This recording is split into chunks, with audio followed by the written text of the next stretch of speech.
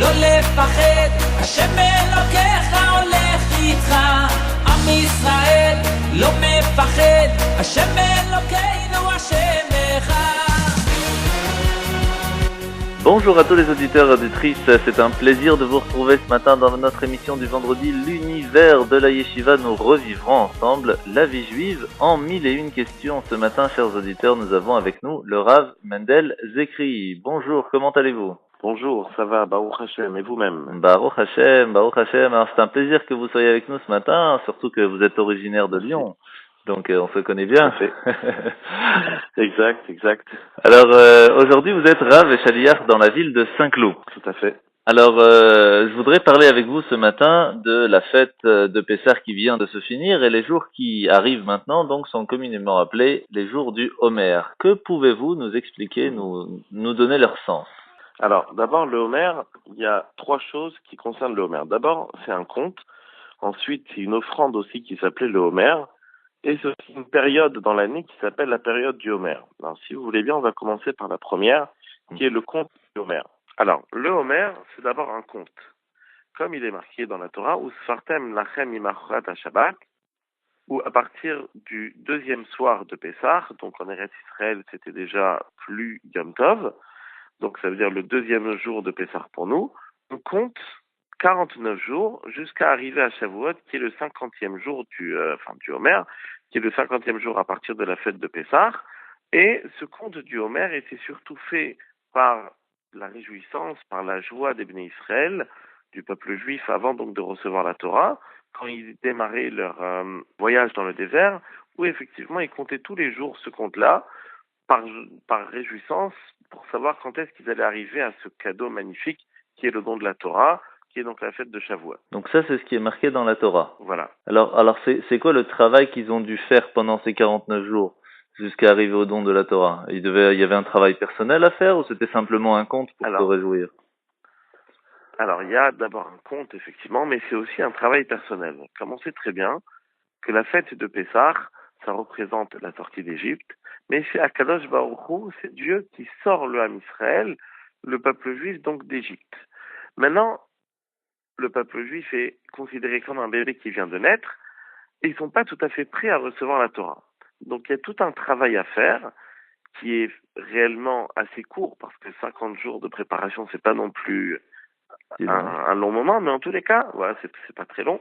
En tous les cas, pendant cette période-là, le Ham Israël a le devoir de s'élever, de purifier ce qu'on appelle les midot, les qualités, etc. Et ça, donc, ça a été le travail du peuple juif pendant cette période-là, du conte, enfin, du moment où ils sont sortis d'Égypte jusqu'à aller recevoir la Torah sur le mont Sinaï. Alors, pourquoi 49 jours spécialement? Alors, 49 jours, ça représente un multiple de 7. Et on sait très bien que Akadosh Baruch Hu, Dieu, quand il a créé le monde, il a donné cette notion de 7 midot, 7 vertus, 7 qualités, où le multiple de 7, ça veut dire que chaque jour, en fait, on doit s'élever, on doit se purifier, on doit raffiner nos midot. Et ça, donc, c'est tout le travail du Homer. Alors, tous ces comportements qu'on peut avoir sont bien sûr tout à fait différents. Est-ce que vous pouvez nous les énumérer comme le Chesed, Gevura, puis nous les expliquer en même temps? Alors, on va expliquer quelques-unes, mais on va d'abord commencer par les plus classiques. Et on va parler un petit peu de Chesed et Gevura. Par exemple, Chesed, c'est une notion de bonté. Gevura, c'est la notion de rigueur. Ensuite, il y a d'autres. Il y a la dernière, c'est Malchut, la royauté, etc. Ce sont tout ça des qualités que chaque homme pourrait avoir, mais d'une manière différente. C'est-à-dire, par exemple, il y a des gens qui ont plus la notion de Chesed que de Gevura. Je prends Chesed et Gevura parce que ce sont des qualités qu'on peut comprendre un peu plus facilement que les autres. Chesed, c'est cette notion de bonté. Gevura, c'est cette notion de rigueur. Alors, quand on parle de Chesed et Gevura, on pourrait penser, par exemple, que Chesed, c'est la bonté, donc c'est le summum de la bonté, c'est que du bien, et Gevura, la rigueur, c'est quelque chose de négatif, de dur, etc. En fait, c'est pas du tout le cas. Gevura, ça a aussi des qualités exceptionnelles qui sont la rigueur, la discipline. Et pour réussir, par exemple, on a besoin de la rigueur, on a besoin d'une discipline. Et Chesed, c'est une bonté qui est aussi très bonne, mais des fois, la bonté qui est trop bonne, on va dire l'extrême dans la bonté, ça peut aussi avoir des dérives, ça peut avoir aussi des conséquences qui sont négatives. Quelqu'un qui est trop bon, quelqu'un qui est trop gentil, etc., des fois ça peut avoir aussi des côtés négatifs. Pareil, Gvura, pareil la rigueur, quelqu'un qui est trop rigoureux, quelqu'un qui est trop strict, quelqu'un qui est trop discipliné, quelqu'un qui est trop dur, pareil, ça a aussi des côtés négatifs. Donc, tout le travail, si je peux dire, du Homer, c'est le dosage des midot. Savoir doser, Chesed, Gvura, Tiferet, Netzach, etc. Et toutes ces midot-là, toutes ces vertus, toutes ces qualités-là, on a 49 jours pour s'élever, pour les raffiner, pour réfléchir un petit peu dans notre vie au quotidien, comment ces midot sont en nous. Et on a donc tout ce travail à faire jusqu'à Shavuot pour s'élever, pour recevoir la Torah, où là on peut recevoir la Torah d'une manière raffinée et prêt à recevoir la Torah. Prêt à recevoir la Torah. Alors, quelle est la différence entre Pessah et le Homer pendant Pessah aussi? On a reçu la chance de pouvoir devenir le peuple juif en sortant d'Égypte, et pourtant ça se fait en un instant, alors que pour pouvoir recevoir la Torah, on a dû attendre 49 jours. Quelle différence? Alors, comme on a expliqué tout à l'heure, la notion de la sortie d'Égypte, c'est Akadosh Baruch Hu qui sort le Ham Israël d'Égypte. C'est ce qu'on appelle un cadeau. C'est-à-dire que ce cadeau-là, effectivement, c'est Dieu qui prend le peuple juif, qui est déjà, ce qu'on peut dire comme il est marqué dans la Chassidoute, qui a atteint les 49 degrés d'impureté en Égypte, et quelque part, le Ham Israël n'est pas prêt à sortir d'Égypte. Ils sont trop engloutis, ils sont trop imprégnés de l'Égypte. Akadosh Baruch Hu, par sa bonté extrême, il va sortir le peuple juif d'Égypte, et il va les amener à l'objectif qui est recevoir la Torah, ensuite rentrer en Israël, etc. Maintenant, le fait que le Ham Israël sorte d'Égypte, encore une fois, c'est un cadeau divin. C'est quelque chose qu'Akadosh Baruch Hu, par sa bonté, décide de sortir le peuple juif. Mais ensuite, pourquoi donc les 49 jours? Encore une fois, c'est toute cette notion de préparation. Parce que pour recevoir la Torah, il faut un travail personnel. Certes, la Torah, c'est encore une fois un cadeau de Dieu, et encore une fois, on remarque la bonté de Akadosh Baruch Hu qui donne la Torah au Ham Israël, mais cette bonté s'accompagne d'un travail personnel. Et c'est pour ça que les Bnei Israël, même après la sortie d'Égypte, comme vous dites, c'est la fête de Pessah, etc., ça n'empêche pas à ce que ce travail commence à se faire, cette évolution, cette purification de soi, ce raffinement de soi.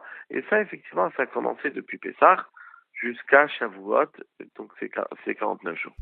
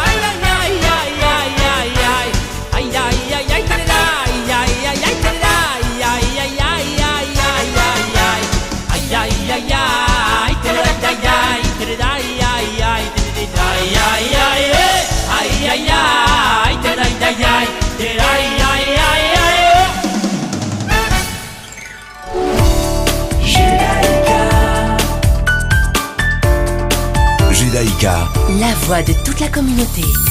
Nous revoilà sur Radio Judaïka, nous sommes ce matin avec le Rav Mendel Zekri. Puisque c'est tellement important de faire ce travail personnel, on a l'habitude de faire une bénédiction avant de compter nous aussi le Homer. Alors comment fonctionne, quelles sont les lois de ce compte du Homer aujourd'hui? Alors, déjà, on parle du conte du Homer, mais il faut parler aussi de la notion du Homer en général. Il faut déjà savoir que le Homer, c'est une offrande qu'on apportait au temple le deuxième soir de Pessah. Il y avait toute une très belle procédure où on allait dans les champs, etc. Et on ramenait de l'orge. Il y avait encore une fois toute une manière comment on devait couper cette orge, etc.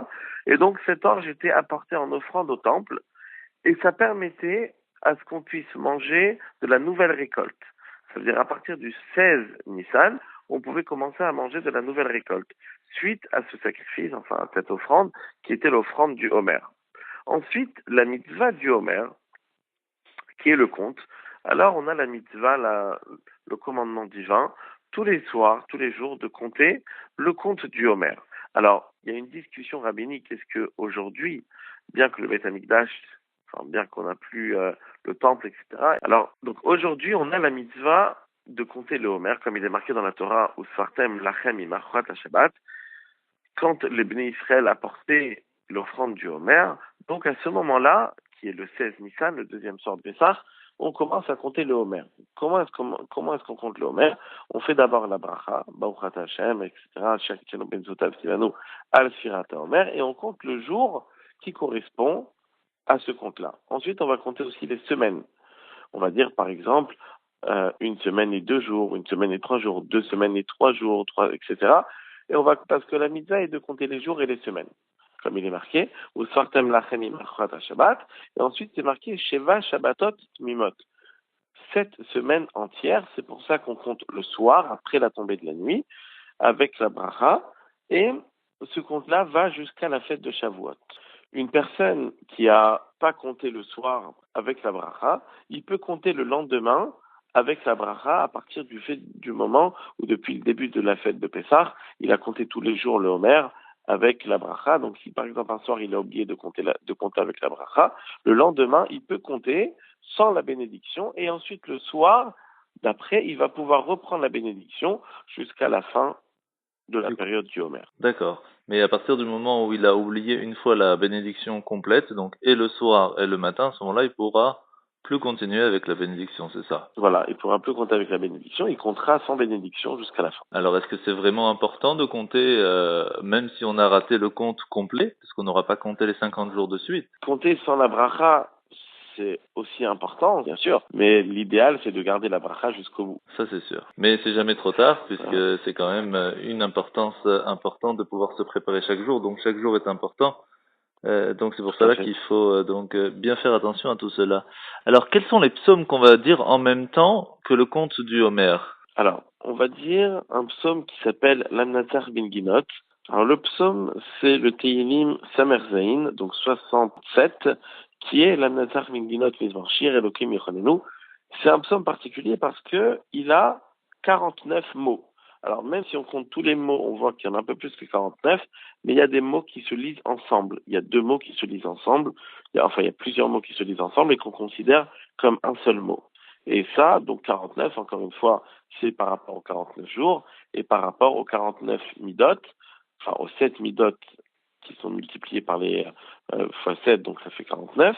Et nous avons donc encore une fois le devoir, dans cette période, de les élever. Ce psaume, l'Amnater Binginot, fait référence et est lié donc à cette période-là du Homer. D'accord. Donc ça, c'est le premier psaume qu'on va dire, étant donné qu'il a, comme vous l'avez dit, les 49 mots qui sont chacun, donc, chaque mot par rapport au jour du Homer. Il y a aussi une prière qui s'appelle Anna Bekoar. Qu'est-ce que c'est que cette prière? Tout à fait. Alors, prière assez particulière, qu'on dit le matin dans les Ktoret, on répète à la Tula de Mincha, on le dit le soir dans le Kriyat Shema, on le dit dans le Sfirat Omer. C'est une prière qui est, si je peux dire, un peu kabbalistique, dans le sens où il y a 7 versets, 7 phrases, et pareil, dans ces phrases, il y a aussi chaque mot, ce qu'on appelle des rachetevot, avec ses initiales, forme des multiples de mots qui sont aussi des versets très importants et qui sont aussi liés aux midot et aux multiples de 7. D'accord, donc ça ce sont les 2 psaumes à lire en même temps que nous faisons le conte du Homer. Tout à fait. Alors, est-ce que pendant le séjour du conte du Homer, il y a des lois à part? On connaît bien cette histoire des élèves de Rabbi Akiva. Alors, quelles sont les lois pendant les jours du Homer? Alors, comme on a dit tout à l'heure, il y a d'abord le conte du Homer, il y a aussi l'offrande qui s'appelait l'offrande du Homer, et il y a aussi la période du Homer. La période du Homer, c'est, comme il est marqué dans le Talmud, que à partir donc de la fin de Pessah jusqu'à Shavuot ou jusqu'au Lag BaOmer, il y a eu une épidémie qui a frappé les élèves de Rabbi Akiva, qui était de 24 000, où ces 24 000 élèves sont morts dans cette période. C'est la raison pourquoi on a quelques signes de deuil que nous devons avoir dans cette période-là. Par exemple, on évite de se marier. Alors déjà, on va reprendre un petit peu. Déjà, cette période, il y a plusieurs discussions quand est-ce qu'elle commence, quand est-ce qu'elle termine. En gros, elle commence à partir de la fin de Pessah jusqu'au 33 du Homer. Ensuite, selon certains, le 33 du Homer, c'est donc Lag BaOmer, c'est un jour qui, bien sûr, qu'il n'y a pas de deuil parce que c'est la Iloula de Rabbi Shimon Bar Yochai. Et selon certains, à partir du 34, c'est plus considéré comme cette période du Homer. Et selon les Ashkenazim et d'autres, à partir du 34, on reprend la période de deuil du Homer jusqu'à après Shavuot. Quelques jours, enfin jusqu'à Shavuot. Mais effectivement, dans cette période, on se marie pas, on évite d'écouter de la musique, on se coupe pas les cheveux, on fait pas des signes de joie. D'accord.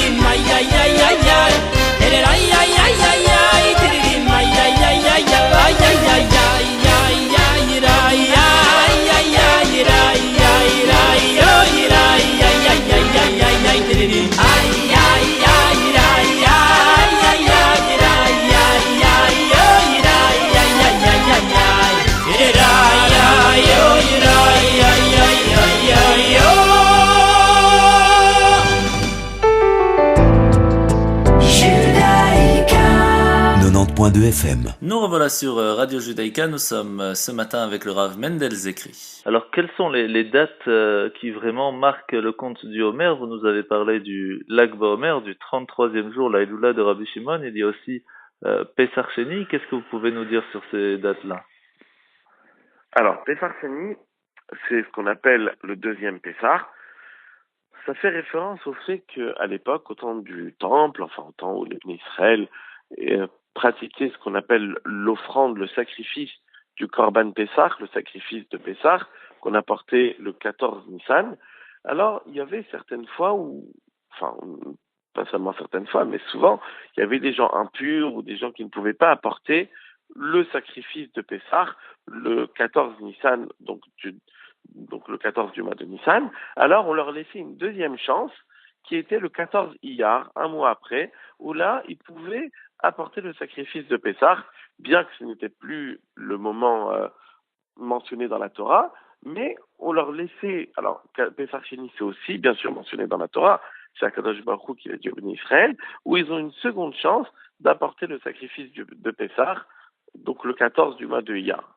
Et d'ailleurs, dans la Chassidoute, on parle beaucoup que le 14 Iyar fait référence au fait où jamais rien n'est perdu, c'est-à-dire qu'on a toujours la possibilité, toujours la chance de se rattraper dans le judaïsme. Ça veut dire que c'est pas une chose qui pourrait être perdue, où là on peut tomber dans ce qu'on appelle un iyush, un abandon de soi, etc. Où on dit Pesach Sheni, ça fait référence au fait qu'on peut toujours se rattraper, on a toujours une seconde chance pour se rattraper. Magnifique. Donc ça, c'était par rapport à Pesach Sheni. Alors, qu'est-ce que c'est ce jour de Lag BaOmer que tout le monde parle? Ici, à Bruxelles, il y a beaucoup de fêtes qui sont organisées pour le Lag BaOmer. Les élèves de chaque école viennent faire des fêtes, des jeux, etc. Mais quel est le sens véritable de ce jour de Lag BaOmer? Alors, Lag BaOmer, c'est avant tout le jour où l'épidémie s'est arrêtée. Donc l'épidémie qui a frappé les 24 000 élèves de Rabbi Akiva s'est arrêtée. Alors pourquoi est-ce qu'ils ont été tués, ces élèves? Qu'est-ce qu'ils ont fait de mal? Alors le Talmud nous dit Mipnei shelo nagu kavod zelavé, parce qu'ils ne se respectaient pas l'un avec l'autre. Mais à ce propos, il y a une très belle sikha du Rabbi de Lubavitch qui explique qu'en fait, ces élèves-là avaient un Ahavat Israël, un grand amour l'un pour l'autre. Mais le problème était que chacun voulait que son compagnon, ce qu'on appelle sa chavruta, ses amis, voulaient que chacun comprenne la Torah de leur maître selon leur compréhension. Et donc, du coup, ça a causé qu'il y avait un manque de respect les uns avec les autres, et cette épidémie a frappé les élèves de Rabbi Akiva, parce que Rabbi Akiva, c'est aussi lui qui a, je ne vais pas dire innové parce que c'est marqué dans la Torah, mais qui a beaucoup œuvré sur la notion de Ve'afta l'eracha kamora, tu aimeras ton prochain comme toi-même, comme il est dit Rabbi Akiva Omer Zeklal Gadol Batorah. Rabbi Akiva lui-même enseigne que c'est une grande règle générale dans la Torah, qui est l'amour qu'on doit avoir pour l'autre.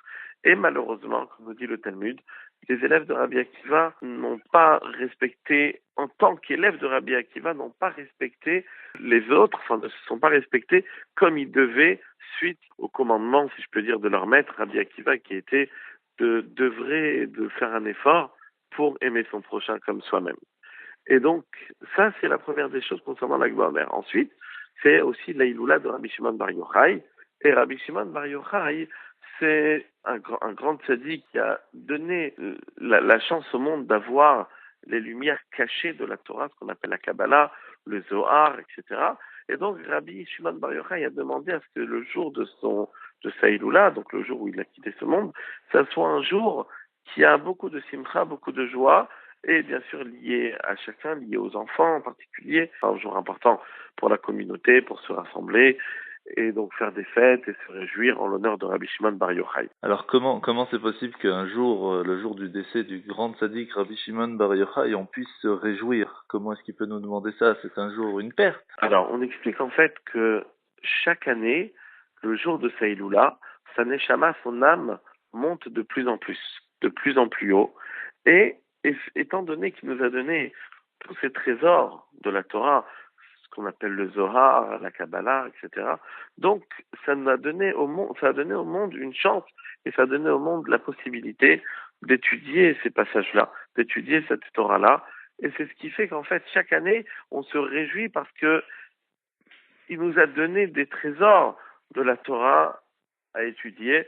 Et c'est de là qu'on a toute cette réjouissance, toute cette joie le jour de l'Ag BaOmer. Magnifique. Eh bien, je crois qu'on a fait un grand tour sur le conte du Homer et la période du Homer. Merci beaucoup d'avoir été avec nous, Rav Zekri. C'était un très très grand plaisir d'être avec vous ce matin. Merci. Kolek Avad en tout cas pour tout ce que vous faites. Hein. Merci beaucoup. Vous aussi d'ailleurs. Merci, c'est gentil. Je vous souhaite une très très grande atzlacha, une grande réussite dans tout ce que vous entreprenez et une très bonne chance pour la suite. Et en tout cas, encore une fois, merci pour votre disponibilité. Je vous souhaite de tout cœur une très bonne continuation et de passer un très très bon Shabbat. Merci. Au revoir. Shabbat shalom. Shabbat shalom.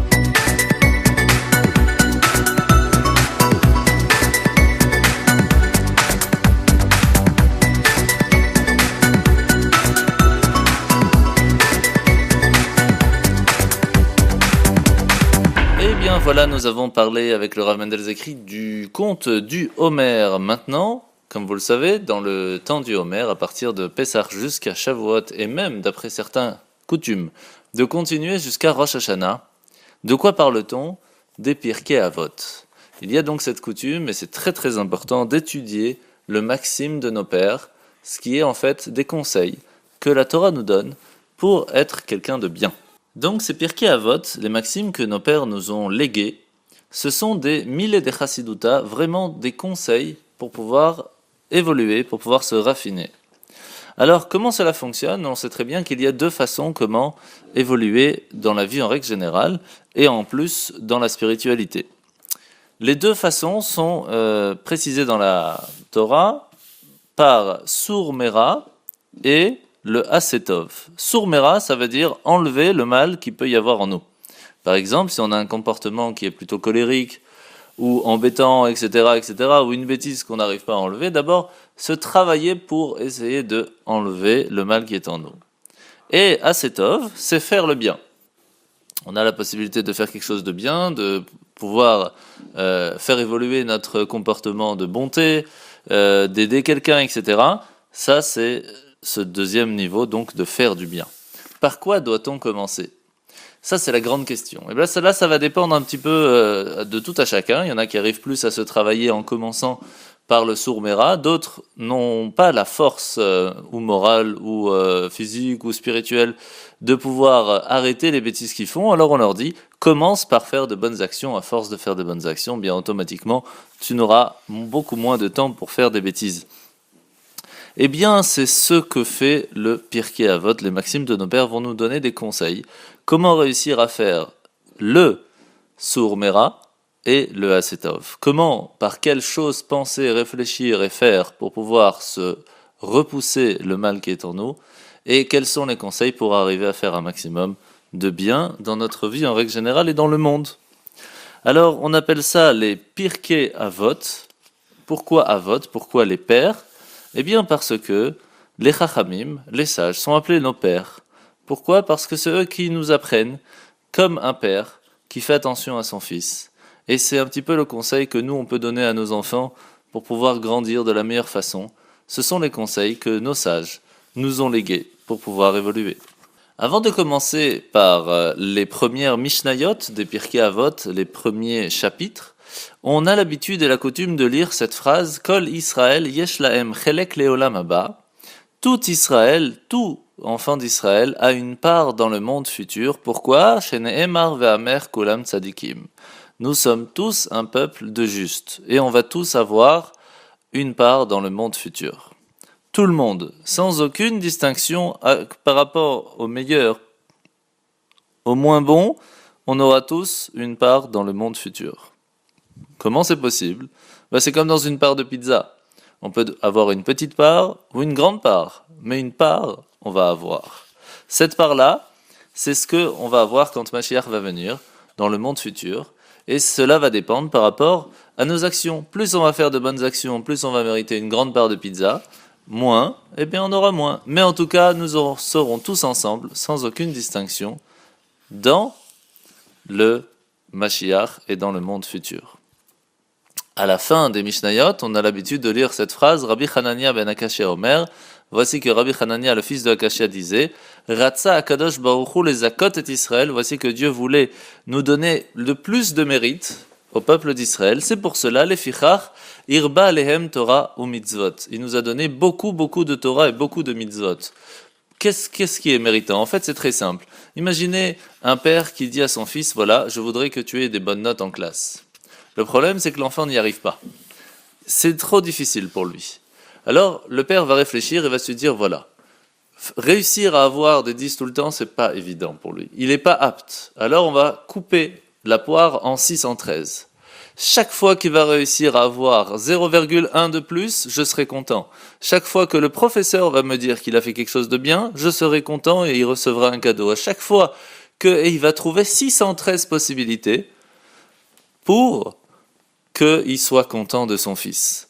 365 de façon négative, ça veut dire, il lui dit attention, ne parle pas en classe. Il ne va pas parler en classe, il va recevoir un cadeau. Et 248 de façon positive, ça veut dire il va recevoir des compliments, il va écrire, il va faire ses devoirs, etc. etc. C'est exactement la même chose qu'Hachem fait avec nous. Il sait très bien que pour pouvoir être un juste parfait, avoir des bonnes notes tout le temps, entre guillemets, c'est pas du tout évident pour tout le monde, c'est pas accessible à tous. Il nous a pas créé de telle façon à ce qu'on puisse du jour au lendemain réussir à faire tout ce qu'il nous demande. C'est pour cela qu'il nous dit voilà, tu as 248 choses positives à faire, comme ça, ce que tu peux faire au moins ce sera déjà ça.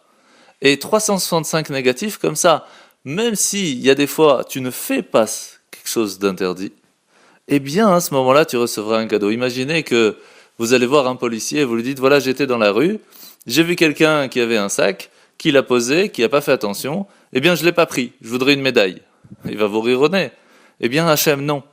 Dieu, si vous lui dites j'avais la possibilité de faire une bêtise et je ne l'ai pas faite, eh bien il nous donne une médaille et il nous récompense pour ça. C'est extraordinaire. C'est ça la force des 365 interdits qu'il nous donne. Et ça c'est ce que Rabbi Hanania ben Akashia il nous dit.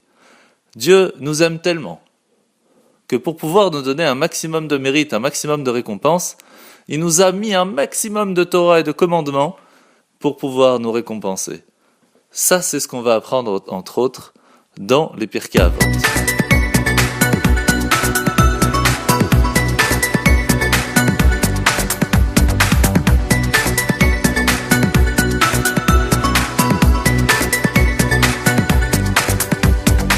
Alors parlons maintenant de la première Mishnah qu'il y a dans le premier chapitre de Pirkei Avot.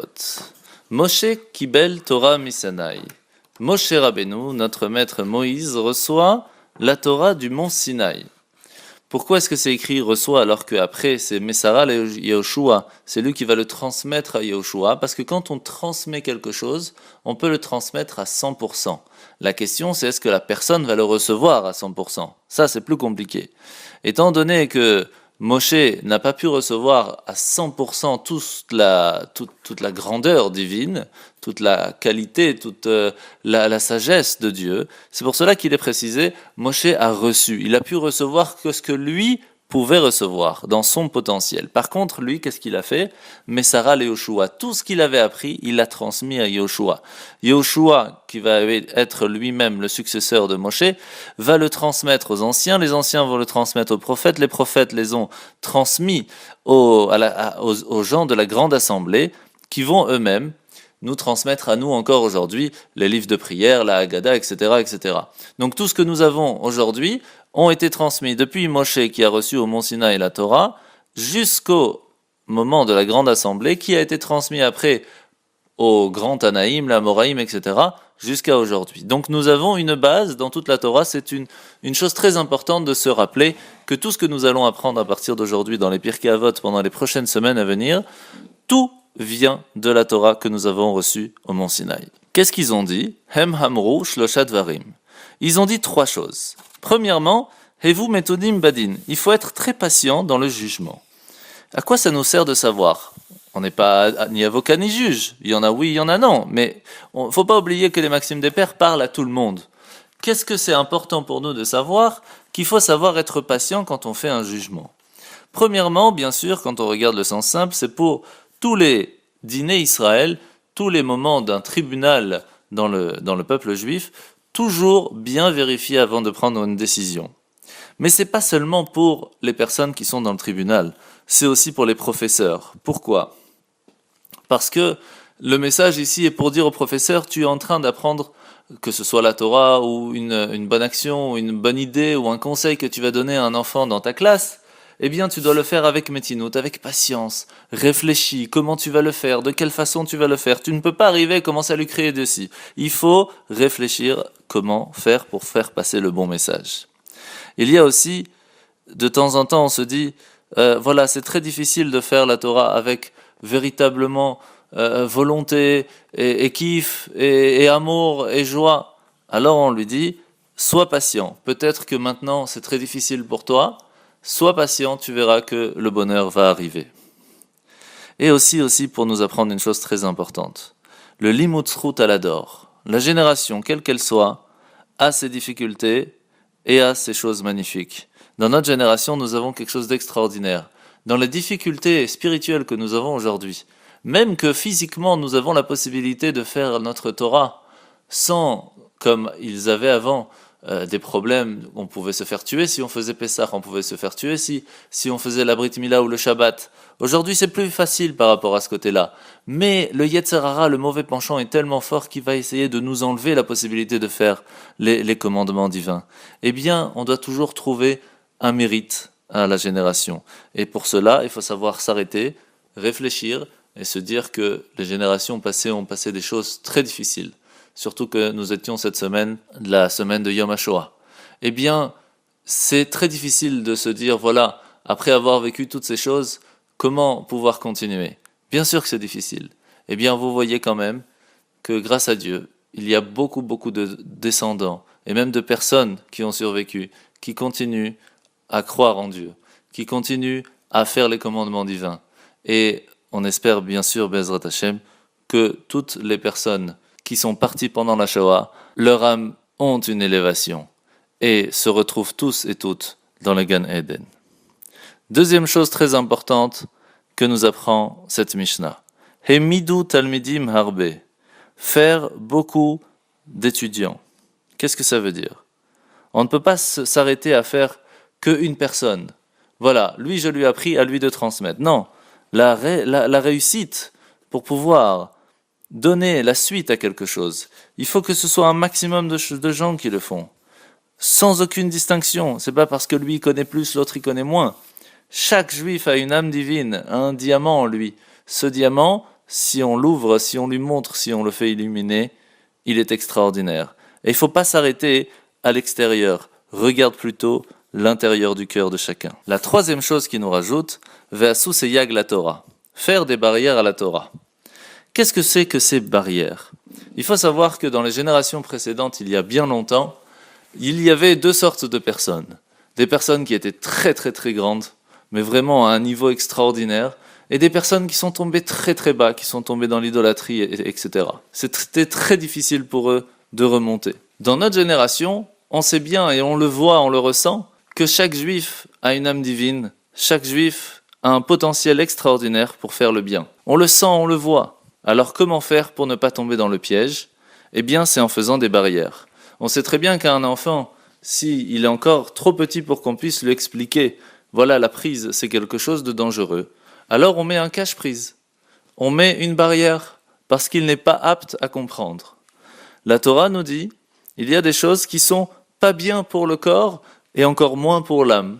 Mais nous, on est tellement petits, tellement encore enfants, qu'on ne le comprend pas. Alors, les Chachamim, nos sages, nous disent, on va mettre des barrières pour ne pas arriver à toucher la prise, pour ne pas arriver au point de transgresser un interdit de la Torah. C'est pour cela que les sages nous ont rajouté beaucoup de barrières dans tous les interdits de la Torah. Ça, c'était la première Mishnah des maximes de nos pères. Retrouvez-nous sur radiojudaïka.be.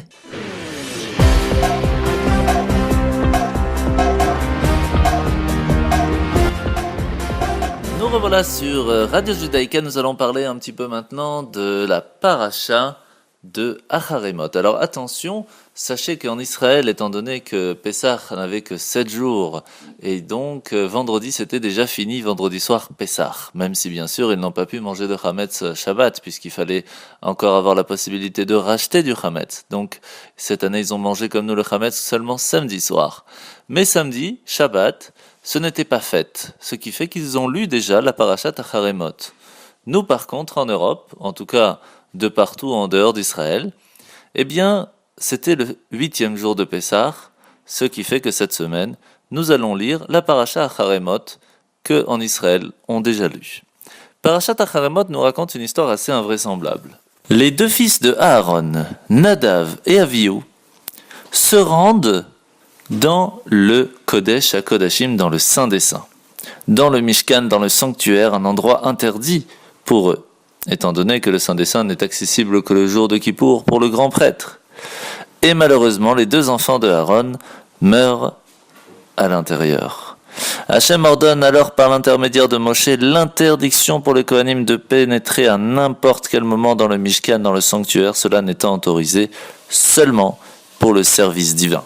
Puis Hachem ordonne que tout le service du grand prêtre le jour de Yom Kippour, seulement lui pourra le faire. Quand on regarde à l'intérieur un petit peu de cette histoire, le Midrash vient nous donner plusieurs explications sur la mort de Nadav et Avihu, les fils de Aaron HaKohen. Alors premièrement, ils sont rentrés l'ifnaï velifnim, à l'intérieur véritable du sanctuaire, c'est de là qu'on sait qu'ils sont rentrés dans le Saint des Saints, ce qui était tout à fait interdit pour eux. Deuxièmement, c'est écrit qu'ils avdu bamishkan michosre bgadim. Ils sont rentrés faire le service du sanctuaire sans vêtements. Alors bien sûr, le Midrash explique qu'est-ce que ça veut dire, sans tous les vêtements attribués à la prêtrise. Et troisième chose, Loi hayu lahem banim, ils n'avaient pas d'enfants, car ils n'étaient pas mariés.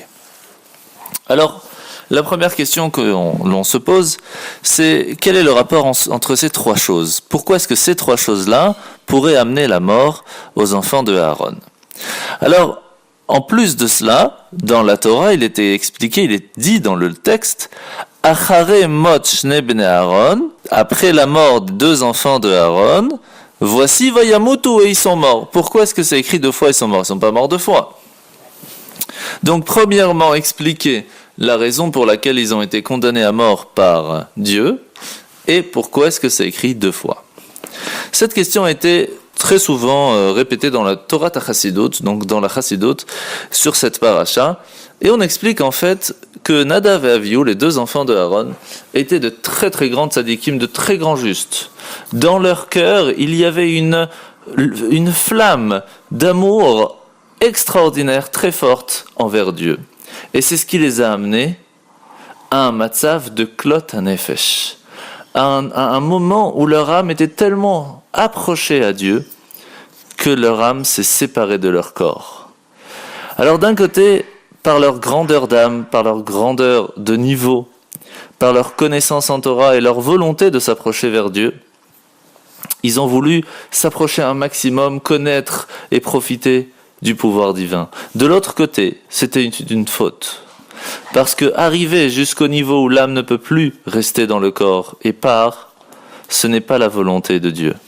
Car la volonté divine est de faire la sotlo idbarer dira betartonim. Le but, pourquoi est-ce que nous sommes dans ce monde, c'est de faire de cet endroit-là, de ce monde difficile, ce monde de mensonges, ce monde avec tous les problèmes qu'il peut y avoir, une place pour Dieu ici-bas. Tant que l'âme reste dans le corps et aide la matérialité et ses difficultés, le mensonge de ce monde à devenir une vérité et à faire quelque chose de bien de ce monde, alors elle est apte à recevoir la sainteté divine et fait le but spécial dans lequel elle est venue dans ce monde. Malheureusement, les enfants de Aaron ont voulu aller plus loin que ça, ont voulu s'approcher de Dieu, tellement loin qu'ils ont oublié le but qui était de revenir et de faire que la lumière qu'ils auraient pu réussir à prendre, à la mettre dans ce monde. C'est vrai que par la volonté de s'approcher, de sanctifier le monde, de raffiner le monde, de l'élever à un niveau plus haut, pas seulement manger, dormir, travailler, mais d'en faire quelque chose avec raison, de faire tout simplement un endroit pour la divinité dans ce monde. Eh bien, il ne faut pas oublier cette faute, cette erreur que a pu faire les 2 enfants de Aaron, c'est d'aller trop loin, d'oublier le monde. Et c'est pour cela qu'il est écrit Bekor vatam lifne Hashem vayamutu, quand ils se sont approchés vers Dieu et ils sont morts. Qu'est-ce que ça veut dire et ils sont morts? C'est pas que en s'approchant ils sont morts. C'est que leur façon de s'approcher vers Dieu, elle était pour mourir. Elle était pour pouvoir arriver à un maximum sans penser à revenir. C'est pour cela que on retrouve maintenant la réponse pourquoi est-ce que les 3 choses qui ont été écrites dans le Midrash ont un rapport l'un envers l'autre. Première chose, nous avions dit, ils sont rentrés l'ifnaï ve l'ifnim. Ils sont rentrés à l'intérieur du Saint des Saints. Pourquoi? Parce qu'ils ont voulu aller plus loin que ce qu'ils avaient le droit. Et ils sont rentrés sans vêtements. Ça veut dire quoi? Quels sont les vêtements? Ce sont les habits de l'âme. Les habits de l'âme, ce sont les commandements. Ils sont rentrés sans commandement avec lequel on utilise dans le monde. Ils n'ont pas utilisé tout ce qu'il y a dans le monde pour le raffiner, mais ils ne sont restés que dans la Torah, dans la façon spirituelle. Ils ont oublié le monde. Et la 3e chose, ils n'avaient pas d'enfants et n'étaient pas mariés. Pour montrer que leur volonté n'était pas de s'attacher à ce monde-là. Ils ne voulaient pas avoir d'attache. Ils voulaient être complètement spirituels. Et ce sont ces 3 choses-là qui ont fait qu'ils ont dû partir de ce monde. Nous apprenons donc de cette paracha une chose très importante. Chaque juif a un temps, le jour de Rosh Hashanah, le jour de Yom Kippour, pour s'attacher, pour ressentir, pour apprendre, pour prendre, pour amasser un maximum de sainteté, mais ne pas oublier une chose, que le but c'est de prendre cette sainteté et de la vivre au jour le jour dans notre vie à nous. Et de temps en temps, on a besoin de remplir la batterie. Et avec les difficultés d'aujourd'hui, de plus en plus souvent. C'est pour cela qu'il est important de venir à la synagogue tous les jours, au moins une fois par semaine le Shabbat, pour pouvoir recharger les batteries, reprendre un petit peu de force pour pouvoir passer une super semaine. C'est ce que nous allons lire ce Shabbat, Parasha Acharemot. C'est aussi la raison pourquoi il est très important à venir des cours de Torah, et je rappelle que tous les jeudis soirs, nous avons un cours de Torah organisé à la Yeshiva, de 20h à 21h. Pour cela, il suffit de nous contacter au 0484 969 303. Je rappelle aussi qu'une page Facebook a été créée, Cours de Torah en live, et vous pouvez aller voir là-bas tous les cours qui sont organisés à la Yeshiva, ou sur le Facebook de la Yeshiva aussi. Vous pourrez voir tous les cours de Torah qui sont organisés en live et en replay.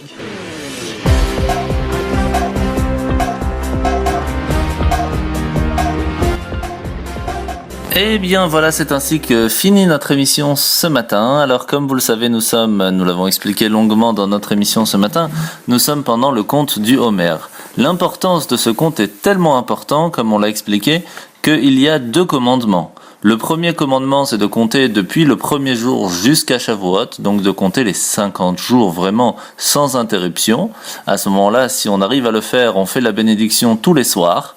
Si on n'a pas réussi à tenir à faire vraiment tous les jours sans interruption, on continue de compter le conte du Homer, car chaque jour est une bénédiction.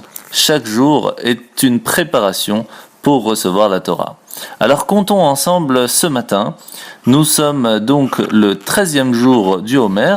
Alors je vous invite à répéter après moi le conte du Homer de ce matin. Ayom, Shlosha, Asar, Yom, Shehem, Shavua, Echad, Veshisha, Yamim, la Homer. Nous sommes donc le 13e jour du Homer, qui est en soi une semaine et 6 jours. Voilà par rapport au conte du Homer. Je vous rappelle que nous sommes bientôt à la fin du mois de Nissan et que nous allons donc ce Shabbat Mevachim, bénir le mois qui arrive, le mois de Iyar, un mois qui est complet dans le conte du Homer, donc un mois vraiment prêt pour la préparation à recevoir la Torah. Alors, ce soir, nous allumerons les bougies, mesdames et mesdemoiselles, à 20h54 et Shabbat se finira demain à 22h10. Je vous souhaite à tous d'ores et déjà un très très bon Shabbat et on se retrouve la semaine prochaine. Shabbat Shalom. עם ישראל, לא לפחד, השם אלוקיך הולך איתך. עם ישראל, לא מפחד, השם אלוקינו השם אחד.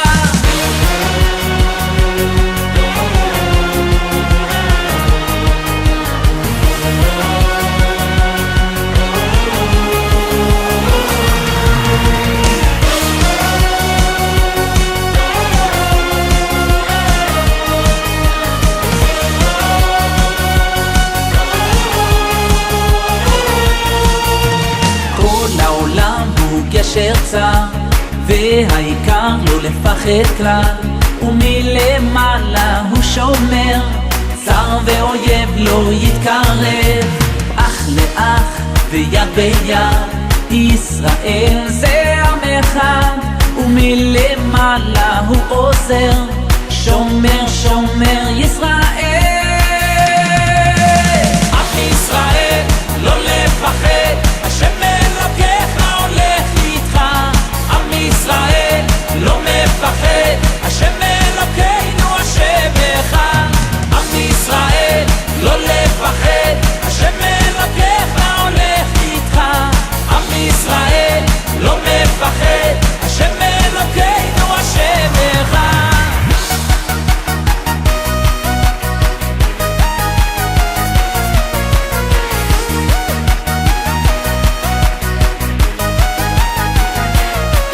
כל העולם הוא גשר צר, והעיקר לא לפחד כלל, ומלמעלה הוא שומר, צר ואויב לא יתקרב, אח לאח ויד ביד, ישראל זה עם אחד, ומלמעלה הוא עוזר, שומר שומר ישראל.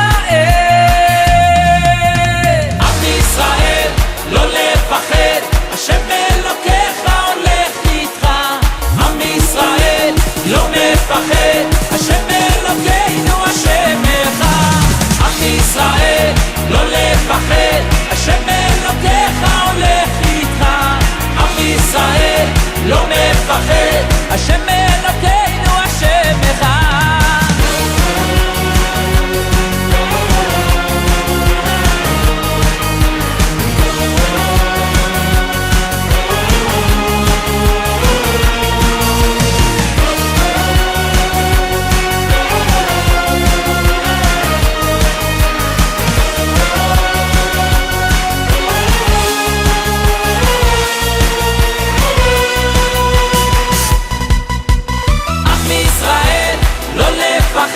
השם אלוקיך הולך איתך. עם ישראל לא מפחד, השם אלוקינו השם אחד. עם ישראל לא לפחד, השם